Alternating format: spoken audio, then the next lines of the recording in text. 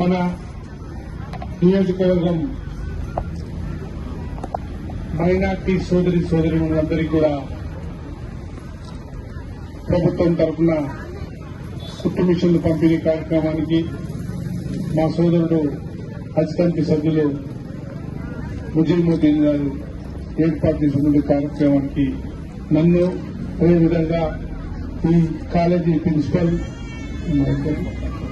సప్న గారిని నా మిత్ర బృందం అంతా కూడా అందరిని ఆహ్వానించి మీ అందరికీ కూడా కుట్టు మిషన్ ఇవ్వాలన్న ఆలోచనతో ప్రభుత్వం ఏర్పాటు చేసిన కార్యక్రమం ఏదైతే ఉందో ఆ కార్యక్రమం మనం అందరం ఒకసారి ఆలోచన చేసుకోవాలి. కాంగ్రెస్ ప్రభుత్వం అంటే మైనార్టీలకు సంబంధించిన ప్రభుత్వం, మహిళల కోసం ఏర్పాటు చేసినటువంటి ప్రభుత్వం. మహిళలు ఈ దేశంలో సగభాగం ఉన్న ఉద్దేశంతో మీ అందరికీ ఉచితంగా ఆర్టీసీ బస్సులో ప్రయాణం సమకూర్చినటువంటి ప్రభుత్వం. దానితో పాటు మీ అందరికీ ఇందిరమ్మ ఇల్లు ఇవ్వాలంటే గత స్వతంత్రం వచ్చి 80 సంవత్సరాలు కావస్తున్నా 78 సంవత్సరాలు అవుతా ఉంది. 78 సంవత్సరాల నుంచి ఏ ప్రభుత్వం చేయలేనటువంటి పనులన్నీ, ఏ ప్రభుత్వం కూడా మైనార్టీల కోసం 5 ఎకరాల భూమి ఇచ్చిన పాపాన పోలే. ఏ ప్రభుత్వం కూడా మైనార్టీలకు పెద్దపీట వేసినటువంటి పాపాన పోలే. అదే కాంగ్రెస్ ప్రభుత్వం ఇందిరాగాంధీ మైనార్టీల కోసం ఎన్నో కార్యక్రమాలు తీసుకుంది. అన్ని కార్యక్రమాల్లో కూడా మైనార్టీలో ఉన్నటువంటి పేద విద్యార్థులకు అందరికీ కూడా ఉచితంగా ఒక హాస్టల్ ఏర్పాటు చేసింది. 70% ఈ ప్రాంతంలో ఉన్నటువంటి దేశంలో ఉన్నటువంటి మైనార్టీల కోసం చక్కటి కాలేజీ ఏర్పాటు చేసింది.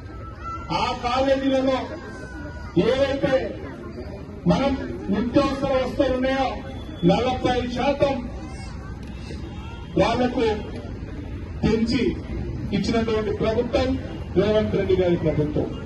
గౌరవ ముఖ్యమంత్రి గారు మరి ఈ రోజు ఇంద్రమ్మ ఇల్లు ఇస్తా ఉన్నారు. మీ అందరికీ నేను ఈ వేదిక ద్వారా చెప్తా ఉన్నా, నియోజకవర్గంలో ఉన్నటువంటి 200 మంది మా సోదరులు ఇక్కడ వచ్చారు.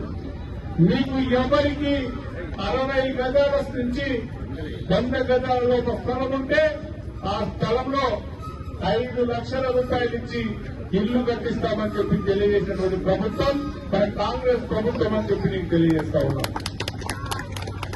ఇటువంటి అవకాశం వచ్చినప్పుడు మనం జాడ విడుచుకోకుండా మీరందరూ ఎవరెవరైతున్నారో అందరూ కూడా ఇక్కడ ముజీముద్దీన్ గారికి తెలియజేయాలి. అదేవిధంగా మీ దగ్గర ప్రతి మున్సిపాలిటీకి సంబంధించినటువంటి కాంగ్రెస్ పార్టీ అధ్యక్షులు ఉంటారు. ఈ మున్సిపాలిటీలో ఇప్పుడు అధ్యక్షత వహిస్తున్నటువంటి శ్రీనివాస్ రెడ్డి గారు, అదేవిధంగా మిగతా అధ్యక్షులంతా కూడా మీకు తెలుసు. అందరికీ కూడా చెప్తా ఉన్నాం, మీ అందరూ కూడా మైనార్టీలు ముందుండి గవర్నమెంట్ నుంచి వచ్చినటువంటి వసతులన్నింటి కూడా సమకూర్చుకొని అవన్నీ వాడుకోవాల్సింది కూడా నేను కోరుతా ఉన్నాను. దానితో పాటు ఇక్కడ ఏదైతే మన కాలేజీ ఉందో 70% మైనార్టీలు ఉంటూ మిగతా కులాలు కూడా మీకు 30% ఉంటారు. చక్కటి విద్య మనం అనుకుంటా ఉన్నాం, విద్యను దోపిడీ జరుగుతూ ఉంది. అందరం ఏమనుకుంటున్నామంటే ప్రభుత్వ కాలేజీలోకి పోతే ప్రభుత్వ కాలేజీలో కానీ స్కూల్లో కానీ మాకు మా పిల్లలకు చక్కటి భోజనం ఉండదు, ఇంగ్లీష్ మీడియం ఉండదు అని చెప్పి అనుకుంటా ఉన్నాం. కాదు, అవన్నీ తప్పులు. మనం ఇక్కడ ఉన్నటువంటి ప్రిన్సిపల్ కానీ ఇక్కడ ఉన్నటువంటి టీచర్లు అందరూ కూడా మనం గవర్నమెంట్ ద్వారా ఎంఏ పిహెచ్డీ చేసిన వాళ్ళను రిక్రూట్మెంట్ చేసి మన స్కూళ్లలో కానీ మన కాలేజీలలో కానీ టీచర్లుగా పెట్టుకున్నాం. అదే ప్రైవేట్ స్కూళ్లలో పోతే మనం చూస్తూ ఉంటాం, 5వ తరగతి వరకు పిల్లల వరకు 5th క్లాస్ ఎవరైతే చదువుతా ఉన్నారో చదివే పిల్లలకు 10th అమ్మాయిలను తీసుకొచ్చి అబ్బాయిలను తీసుకొచ్చి వాళ్ళు విద్యాబోధన చేయిస్తూ ఉంటారు.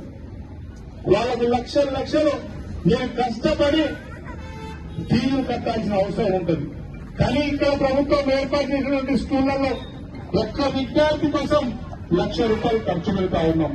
మనమందరం కూడా రాబోయే రోజుల్లో పేదలందరికీ విద్యా బోధన కూడా సమకూర్చాలని చెప్పి గౌరవ ముఖ్యమంత్రి గారు పక్కనే మన జవహర్ నగర్ లో 220 కోట్లతో ఇంటిగ్రేటెడ్ స్కూల్ కడతా ఉన్నాము.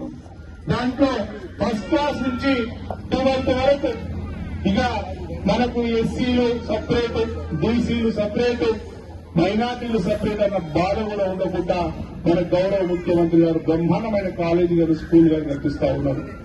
ఆ స్కూల్ ఎట్లా ఉంటుందంటే 220 కోట్లతో 22 ఎకరాలలో నిర్మిస్తా ఉన్నాం. ఇప్పుడు ఇక్కడ మనం కిరాయి బిల్డింగ్ లో ఉన్నాం. ఇవన్నీ కూడా సుచారణ ఆలోచనతో ప్రతి నియోజకవర్గంలో ఈ ప్రభుత్వం పెట్టినటువంటి కాలేజీలు కానీ స్కూళ్లు కానీ బ్రహ్మాండంగా నడవాలని చెప్పి ఆలోచన చేయాలని చెప్పి కోరుతా ఉన్నాను. ప్రైవేట్ విద్యా సంస్థలు వస్తా ఉన్నాయి. మీరు చిన్న చిన్న పనులు చేసుకుని మీ కష్టమంతా కూడా ఆ విద్యా బోధన కోసం వాళ్ళంతా కూడా దోపిడీ జరుగుతా ఉంది.